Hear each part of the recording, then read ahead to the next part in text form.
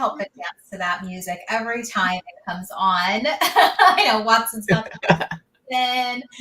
Welcome everybody to Tisha Talks Live, and a happy Friday to you, and a happy belated St. Patty's Day. That was fun, Watson. Did you do anything fun for St. Patty's? A little bit. I have to say I'm turning 60 in April. Ooh, And happy early. I have been training, so I've got an athlete's diet and mentality. So it was pretty tame here at the George. But I wore a green turtleneck today, so I was kind of getting in the mood a little bit. And There we you in our go. family are way Irish, so we're not acting Irish. We're plenty of it. I'll say I'm probably an acting Irish because I am not Irish. Good. Well, it's always fun to know who you are. Yes. So it's a great place to work from. Bucket list. But Going to Ireland one day, I'm sure. Yeah, but you had a fun outfit on yesterday. It looked like kind of pretty festive, kind of a lot of greenery. I did. I was wearing just a green tank top, and I had a green hat and a green, little clover necklace and so forth. I always want to wear green on St. Patty's Day, but we went to the Ostrich Festival, and that was fun. And no, I am not on the athlete's mentality. I had the funnel cake because I needed the fix, and then it did me in all night. I could not sleep because sugar wrecks me. Yeah, it's a stimulant. It is. So the certainly. Ostrich Festival, is that kind of a native animal in New Mexico? Or no, it's so Chandler Ostrich Festival. So here in Arizona, so not New Mexico, but they they have ostriches, and they just do this amazing festival. I'm so happy that it's come back. Yeah. Year. I'm going to a liver mush festival in Marion, North Carolina next week. Oh, and fun. Next month. Yeah. Fun. Well, good. Well, welcome everybody. If you're tuning into this Tisha Talks Live right now, or if you're catching the replay, we'd love to have you here. We love it if you comment and say hello and ask any questions. Today, Watson Jordon out of North Carolina. His company is the Resilience Initiative, and we're talking just about those things, resilience and discovering your why. And I really, really love this topic, because we all need to be resilient. We all need to learn how to bounce back. And I think that Watson's going to give us some great tips and examples and storytelling of how to be resilient and how to obtain that resiliency that we're after. So Watson, tell me a little bit about that. Like your company name is the Resilience Initiative, and that's such a brilliant name. It's so positive. Tell me, like, how did you come up with that name, and what is it that you do with the Resilience Initiative? Well, I'm glad you asked. The name came from my friend, Diana Wu David. She runs a group that's global, but based out of Hong Kong, called the Future Proof Tribe. And she takes cohorts through her course talking about future proofing your career, which is a little bit of, do you really think you can depend on company X to take care of you forever? And people really think that they can until they find out that they can't. And it's often a kind of moment of, hey, wait a minute, what happened? So we're friends, and I was in her initial cohort. And I was at a juncture where some of the things that I had worked on for a long time had worked out. And I had kind of a great moment where I went, I am going to put my soul into something, and I'm going to see what happens. So I work in the city with a group called My Daddy Taught Me That, with young men, most of who are underserved. And so I was getting involved in things, just trying to help people.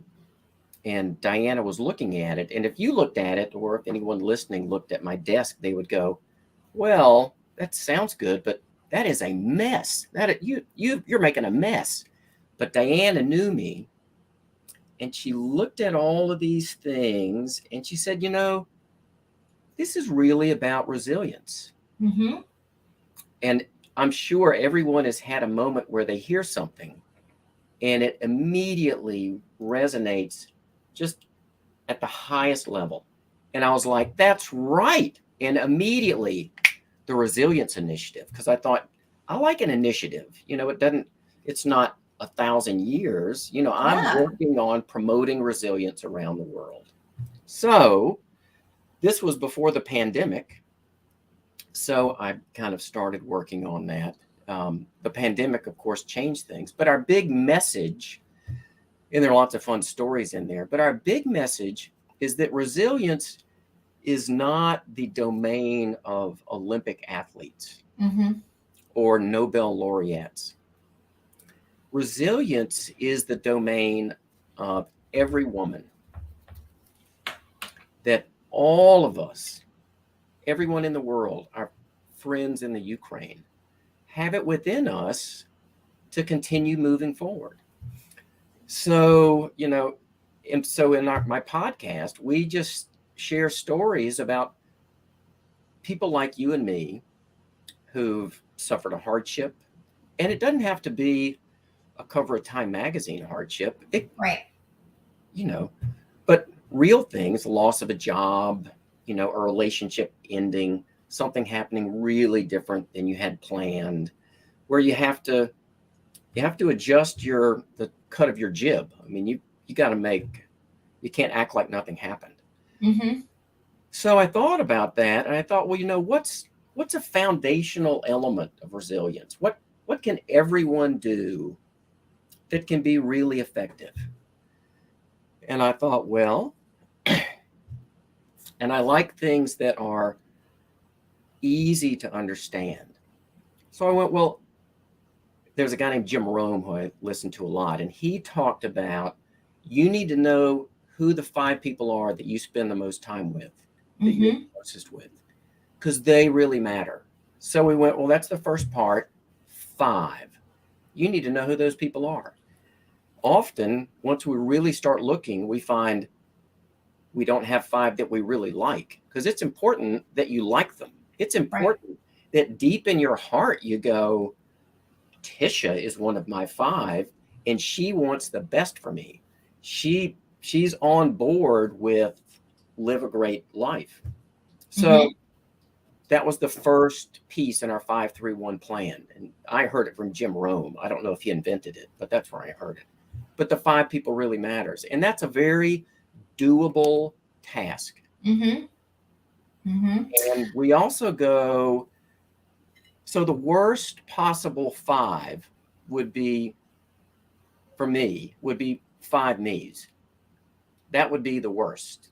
So the best, I think, would be 5 where there's some real variety in age, in gender, in race, because wow, you just get so much more perspective on how life might work. So that's our 5 in our 5-3-1 plan. Now you look like you had a question. Yeah, no, I was just going to comment on that. I was talking about mentorship with a client that I was just working Ooh, with, and I love mentorship. yeah. I mentor so many people, but I also have my own mentors that I seek out their wisdom, because sometimes I am too much in my own way. And I was echoing this to a client. She said, why is it that I can tell other people how to be, but then I get in my own way? Like, Well, why is it that I keep saying, do good things, get out of your head, don't be stuck in imposter syndrome, like all these things, but I get stuck there. well, we all, I think it's the great thing about, we're a tribe species, where you and I can mentor and coach people. But if I really want to be great, not only at that, as a husband, as a father, as a son, if I think I can do that and be great alone and not have other people in my life who provide that to me, Mm-hmm. that's a really massive error in judgment on my part. Right. So, and in fact, I just saw something from my friend Veronica, and she was talking about we learn more from modeling than we do from a lecture. So Mhm. we learn more by what we see people do. So, and Mhm. that's where hope comes from. Mhm. When we're in a community, which, that was I did a perfect segue. That's a good segue into community, which is the 3 in our 5-3-1 plan. We got to go. You need to belong to 3 communities, and not communities that you lead, because that's not the same. Right. Where you go, you invest in the community and you harvest in the community, and it has a rhythm. And my fun example is I go to yoga. My yoga studio, they need people to go to yoga that Mhm. show up on time, that leave their phone in the car, and they get on their mat and they follow instructions. Well, as luck would have it, I need a place that I can go where I Mhm. can leave my phone in the car, get there on time, and get on my mat. So again, there are a million good communities. And one of the real pandemic casualties was many of the communities that people had that they depended on, that they really either disappeared or radically changed. Mhm. The easiest one that most people can relate to is church, Mhm. where big chunks of America go to church on a regular basis. And it's a great community. It's a spiritual community. And that when the pandemic came, people couldn't go to church anymore. So literally, my parents' vocabulary shifted. They used to go to church, and now they watch church. Right. On YouTube. Yeah. So I do it too, and I, it is interesting. I mean, it's a different twist on things, but I also look at it, and I think my paradigm has shifted a little bit where I'm a soccer mom, Watson. Like I am so busy with soccer with 2 kids playing soccer. So every weekend is soccer, soccer, soccer, soccer. And on Sundays. And if that's the only time that I can do that. So I feel like it's my kind of my compromise of I don't want to miss out on my kids' soccer. Like I really yeah, want to be there. I really, really want to be present for them when they're playing. But make having it so that it is on YouTube where I can just watch it when I get there, or like when I have that time, because it is still a priority, lets me do both versus, oh, I missed it. I can't get back to it. There's no way to watch it. I know there was a great message, but I was on the soccer field.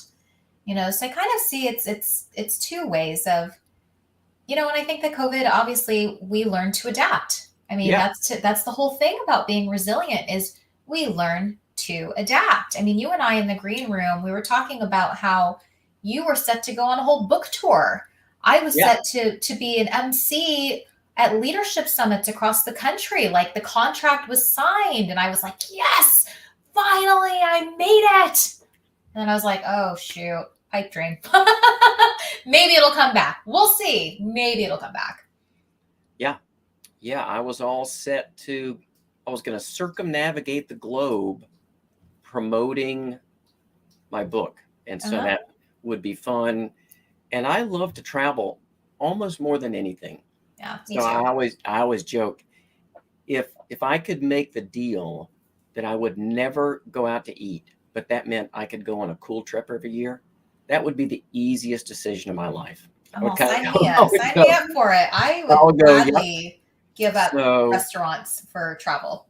yeah, so I want our restaurantpreneurs to be successful, but yeah, I'd rather travel 100 times out of 100. Yeah, Yeah. but so, in the community, but I think a lot of the benefit from community, so it's better to watch church than not watch church, if that's the Hmm. choice. Hmm. Um, but it's not the same. It's not. It's not.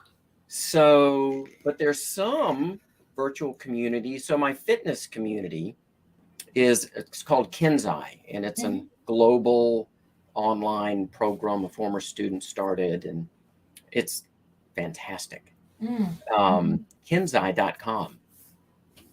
That's what I'm talking about. Shout out to Um, Kenzai. but uh, it didn't skip a beat because it had always been virtual. So there's some Oh things that had always been virtual. My wife works at a company called Legacy Tree Genealogists, yeah. Uh-huh. and they're a virtual company intentionally. So they just, nothing happened. They just kept right on cooking.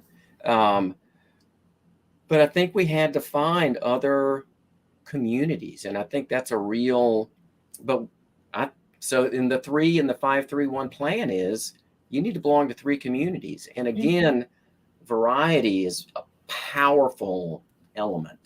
So if bowling, being on a bowling team is a good community, and it is, it's suboptimal if my communities are 3 bowling teams. Right. You said something earlier, and I want to piggyback off of this too, Watson, because you said belong to communities, but that doesn't mean you lead the communities, because that's always been my issue. Because I've taken on so many leadership roles in the past, I'm constantly asked to lead. In fact, we were bringing up church. I was asked to lead a Bible study, and I said no. I was so proud of myself because I would have said yes, but I was like, nope. I just need to come and be me and absorb and take it in and not be the person that is leading, inspiring, running any of this. Like, I just want to show up as a participant. It's a different type of nutrition. It is, for sure. For sure. Example, what I harvest from going to Bible study or going to yoga is very different if I'm in the class or on the mat. Now, there's plenty good about leading things. In fact, as an educator, you don't really ever know your subject until you teach it to someone else. I mean, that is really a different level of mastery. But 3 communities, and again, where you participate, where you're one of the, because it's good for everyone to exercise some leadership, because that's great perspective. It's also good for everyone to get to be in a place where they're on their mat, because it's a good pie chart of who we are. We get to do that. And our plan is the 5-3-1. You got to have a core belief. Yes. And we or North Star, and we kind of joke, if you really feel strongly, okay, you can have 2. It's not worth the fight, but you can't have 100. Because it will fail. So, and that's one of the things that I think got maybe a bit of a boost from the pandemic. People really kind of were like, oh, man, how am I going to get through this? And so, but they saw people who were like, yeah, I believe this. And that tells me if I do whatever it is, I'll be okay. Right. So that's our 5-3-1 plan. And it's all stuff that anyone can do. So it's very achievable. It's very doable. But it's also very powerful, because if you don't do it perfectly, but you go from having 2 people you're close to 3, that's impactful. If you find a new community where you didn't have one, that opens up all sorts of, you never know, when you do something new, it's great. So, I know. But that's our, kind of for every man, it's not Herculean. Yeah. But our resilience, so the anti-resilience pill is to be alone in the world and think that's good. And I know people like that. I do, and it makes me sad, but they're not in my 5. Yeah, I don't think that gets us anywhere, because we're a tribal species. Right. We die on our own. I mean, for real. So, but that's our 5-3-1 plan. And you mentioned helping people discover their why. So I started the Resilience Initiative, and suddenly everything was different. So I had to kind of reinvent myself, but we wrote a fun book about resilience in the pandemic.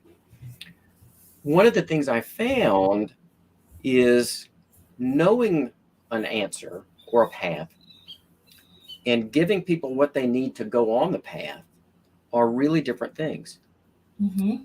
And I've found, I mean, I'm a coach with the Y Institute, Mm-hmm. and I work with teams and couples and individuals. That piece really supports something that people have always known about themselves, but could never really put their finger on. Mm-hmm. And it really accelerates the process of people getting on their own team and finding out how to fill out their 531. Mm-hmm. So that has worked. I've seen that work in ways I've never seen anything work before for me. It's just been super exciting. Well, I think it's I as I was talking to Dan Dominguez over Yeah, at the Y Institute, I love that he calls it, once you know your why, it really is the operating system right. of you. That's why you're wired that way. It's why you do the things that you do. And That's I mean, exactly it. yeah, and we go through going, I don't know why I am like this. I know I'm working with another system too, and I was like, oh, that's exactly who I am. But not everybody is exactly who I am, so I can't talk to people exactly like I am.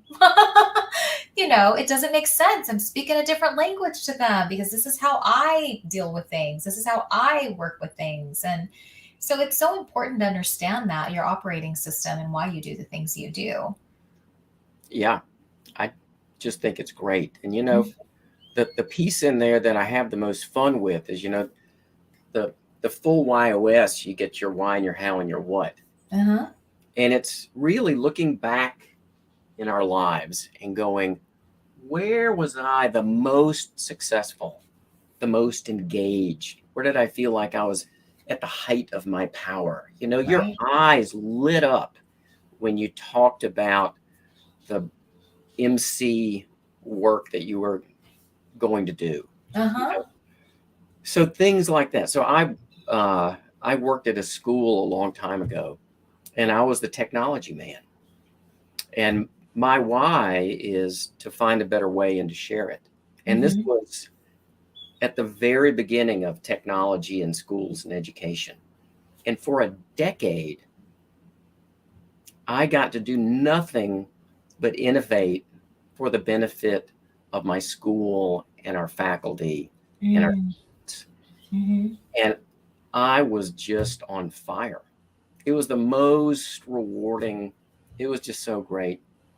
It was, so, but we look, where did that happen and how can I recreate that environment more often Mhm. in front of me? So it's, it's a lot of fun. Oh, And it's yeah. great to see people's eyes light up. Like, Mhm. I've always thought that about myself. And I go, really? Let's just put a little, let, we're just going to put a little cornerstone there and we're going to support that thing that you now have kind of some insight into. And we're going to keep that above ground. I think it's very important that people take those exercises like the why, Yeah. and really dive in deep. I think what I learn from people is that they're not doing the self-discovery that they need to. They're so focused on working with other people and this, and I was like, but it would be so much clearer to you if you understood you first and you were attracting, the right types of people too. Like it just makes so much more sense when I'm like, it's kind of like that self-care thing. Focus on you first and then the rest will follow. Like let's just do that. Let's do that for a bit. That is so insightful. That moment of if I think I can do everything for everyone, Mhm. then what I've really done is I'm the most generic commodity on the planet. Yeah. Do you want to be generic, Watson? I don't want to be generic.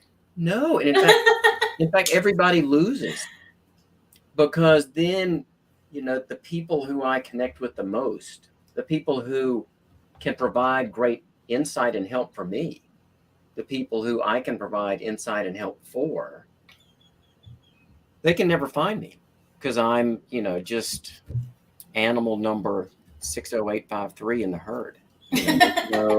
There's no anything. But the more we know ourselves, the more we stand out and are attracted to the people that we're going to connect with.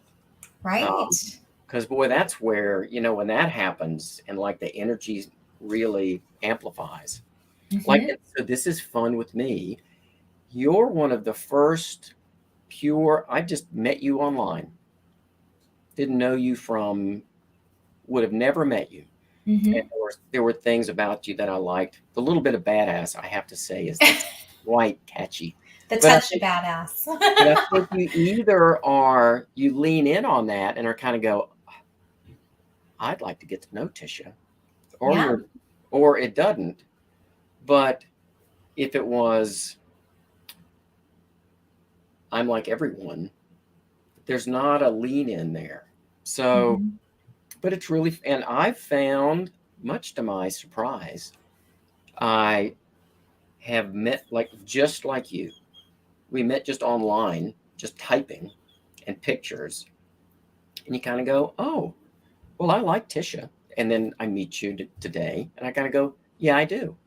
So that really confirms. It's confirmed, Watson. It affirms, affirms but that really can happen. And, I think we're finding now that as we, I hope, return to some type of normalcy, it'll be different than before. But now there are whole new ways that people can interact and do things. I mean, my entire work is based on a virtual model.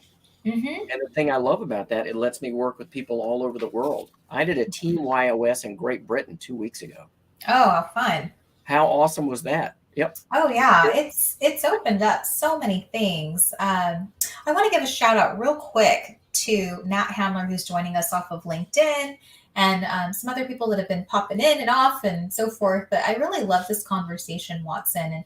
And today we're talking about resiliency, and just to what you said, do you think that had things not happened, had your book tour gone on, do you think you would have found the Y Institute? Do you think you would have, been training these people in Britain?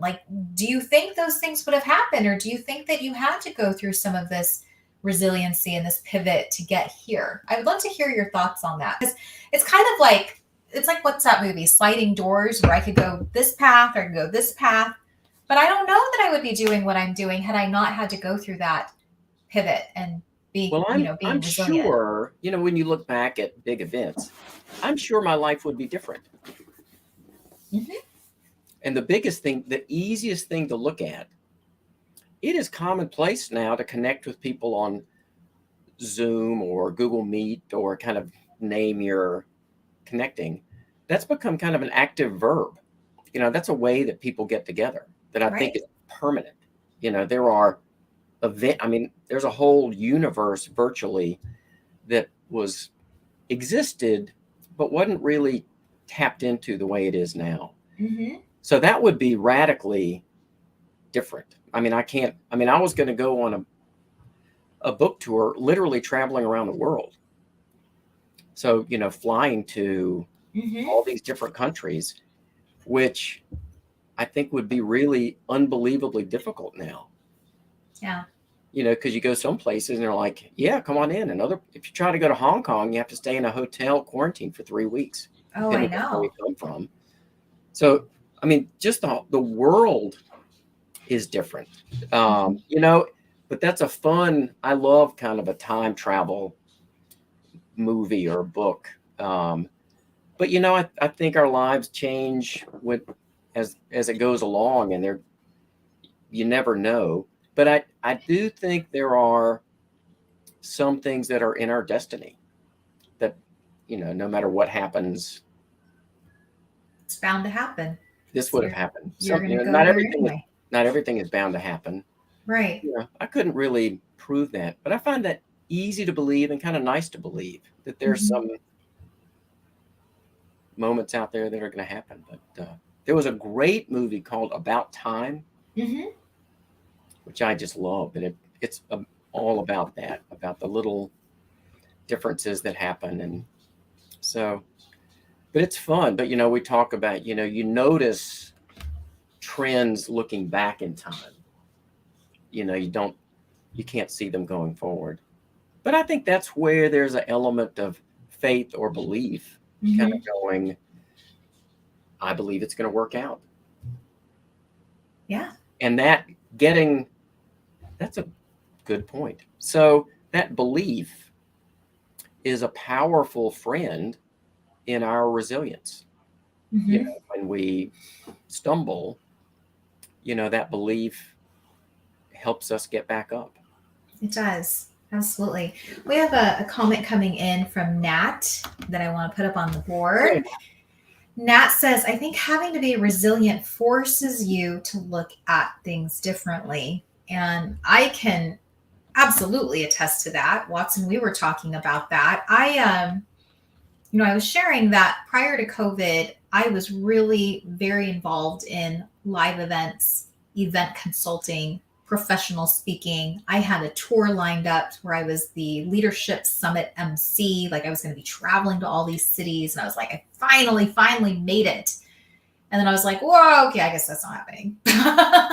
It's not happening. But I was sharing with Watson that I feel like I was so much better equipped to bounce back from that and go back into my journey and say, what are the things that I really enjoyed doing? What are all of the experiences that I've had? What are all of those skills and strengths that I have? And how can I create something different because I have to?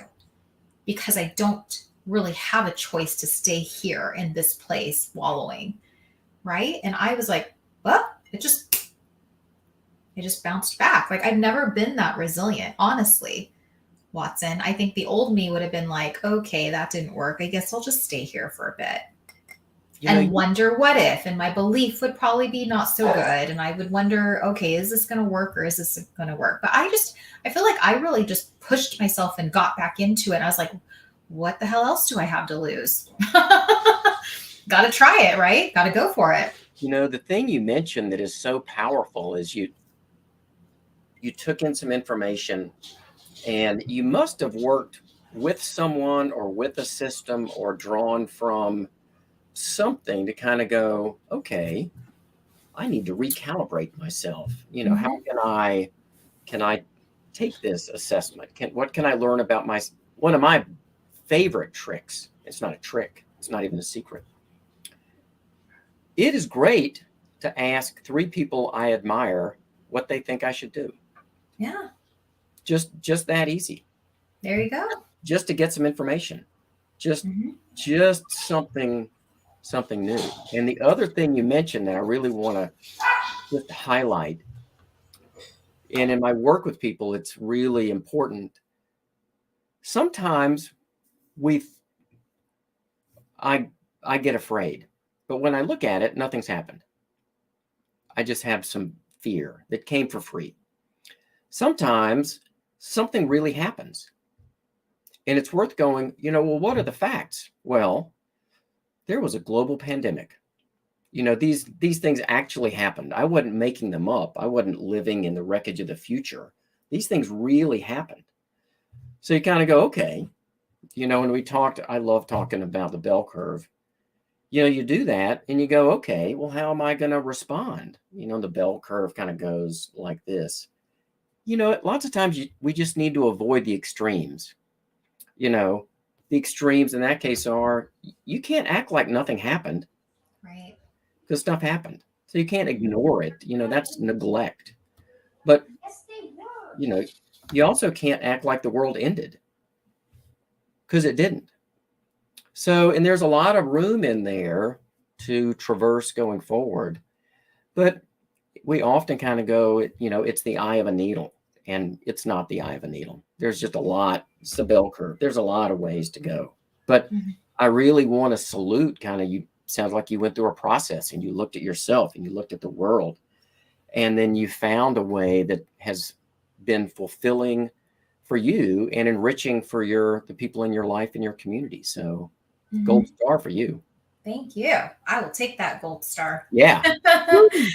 I like what Nat put up another comment that says, as cliche as it sounds, I'm a big believer that things will always work out. And I have to agree with that. I do. I agree with that. Just like you said, it's how do you respond? And I mean, I know for me, when I was going through this, I looked at, okay, what are those things that I've done in my past? What did I really enjoy? What are those skill sets? And then I really researched. I researched, can this be done? What's being done? Can I do it differently? Like, and I didn't have time to freak out. I just had to pick up and go and start moving. So They yeah, talk about, we've when you have a problem, kind of 20% should be analysis and 80% should be action. mhm. So it sounded like you were pretty good in that ratio and kind of, I got to get on it. Yeah.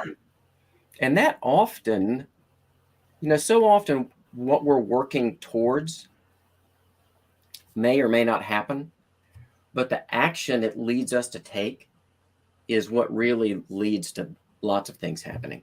Oh, Because sure. we're in motion. When I went through a really tight corner, not at the pandemic, it was awkward, but in 2008, when the economy changed so radically, everything. I mean, we had 2 young kids in high school, college was on the horizon, and all of a sudden, my job wasn't my job anymore. Mhm. So I consistently over a long time, I go to breakfast with my friend Frank every Saturday, which I have to endorse that as a good plan. Good. He's one of my people. And he went, well, the universe rewards action. And I went, that's pretty good.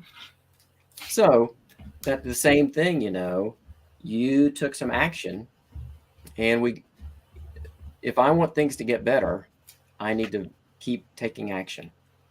And one of the things I admire about you so much, you smile easily and you have a great smile. Thanks. No And braces either, Watson. I didn't have braces. well, I'm very blessed. that is pretty awesome. But if I can have fun and be happy taking action, that is like miracle grow on good stuff happening. Oh my goodness. I still pinch myself because one of the things that I do is I'm like you. I'm better way also. And I have that servant heart, the better way, trust, all of that. And I started something in 2018, an event here in Phoenix called Social Connect, because I was very frustrated. I needed a better way to connect with people aside from spending all my time and energy going to networking events that proved to be not valuable. You know, the kinds of events I'm talking about, where it's a lot of business card shoveling, just passing along and 30-second commercials, and there's no follow-up, and it's just like a lot. And I would leave going, I can't do this. I don't want to do this. That's like torture. That's a great voice to listen to. Yeah, it's torture. And I remember there was nothing that I was looking for. And I remember going home and calling a good friend of mine and saying, I want to do this. I know it sounds silly, but I want to do this. I want to test this. And now we're 4 years later. I'm now solo doing it on my own, but 4 years later, the event is still sustainable. When COVID hit, I had so many people asking if I would turn it virtually. And I said, no, I don't want to turn it virtually because it's going to be very different. What I really like about this event are people sitting down, breaking bread together, having conversations, really getting to know each other and having those connections. And it would not be the same. So I held out for 2 years and now it's back. And I'm so excited that I'm like, pinch me, because I'm planning a happy hour the way that I would do it, the way that I would want to have it done, and getting paid to do it. So, you know what I mean? It's so much fun. #win. So like you said, if you're doing something and it's making you laugh and it's making you smile and you're having fun and you're in your element and all of that, and you derived at this, because that's what you needed for yourself, for your life, then I couldn't call that a better win. It's a massive win. And massive. You found a better way and you shared it. So that had to be fulfilling, kind of on a 10 out of 10 scale. Right. And the people that come to this event are the people that I want to be around. I'm no longer having to sift through and go, oh no, you and I will never. These are the people that I'm like, I genuinely really like you. you know? That's such a great story. And I love the part you were doing something, and so often the success in life is knowing when to listen to the still small voice. Right. And I have to say, sometimes my still small voice, there's an imposter who gets in there who pitches a bad idea or two. So the 5 people that are around me can help kind of vet kind of the quality of my idea. But that moment of kind of going, I can't do this anymore. And then the moment of kind of going, but I know what I'm going to do. Yep. And then you shared it with someone, share it with someone. And then you started. And then we go. And I mean, one moment of kind of, the easiest person to find is someone who says you can't do something. Oh my gosh. They're always around and they say things like, well, what if nobody comes? And when I've been in that situation, I kind of go, I don't care if anyone comes. Yeah. But I'm doing this. And what a great story. Yeah. Oh my gosh, we could talk about that for days, Watson. I can tell you stories about that whole resilient journey I had to go on. Yeah, but you went in kind of fortified. I did. And I've grown a lot from that. And I've learned a lot. And I've attracted the right types of folks and sponsors, that also appreciate that kind of an event and connection. And so it's big win-win, and still sustainable, like still doing it 4 years later. It's so great.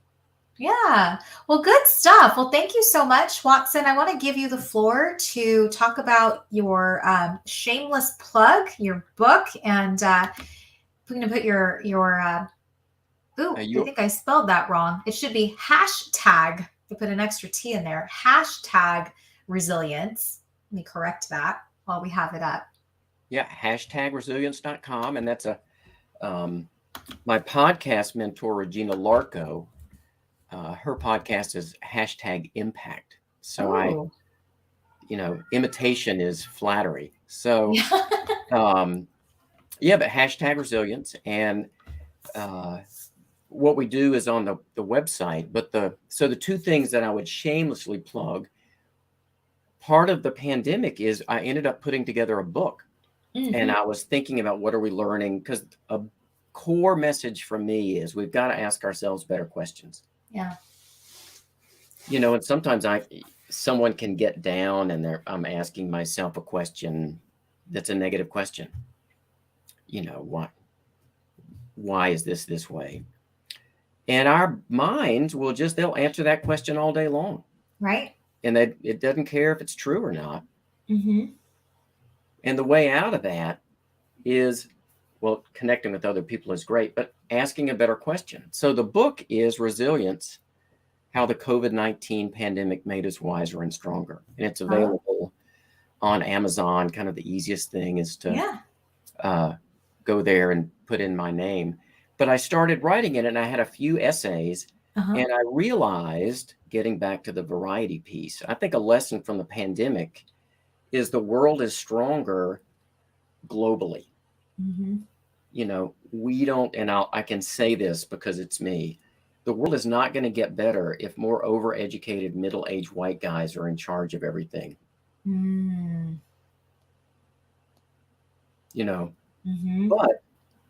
the world does get better, when we have a rich mix of nationalities and races and genders and ages, and there's just so much more. So I had I asked kind of 40 people, but 20 people, again, ages, races, everything. They all wrote essays.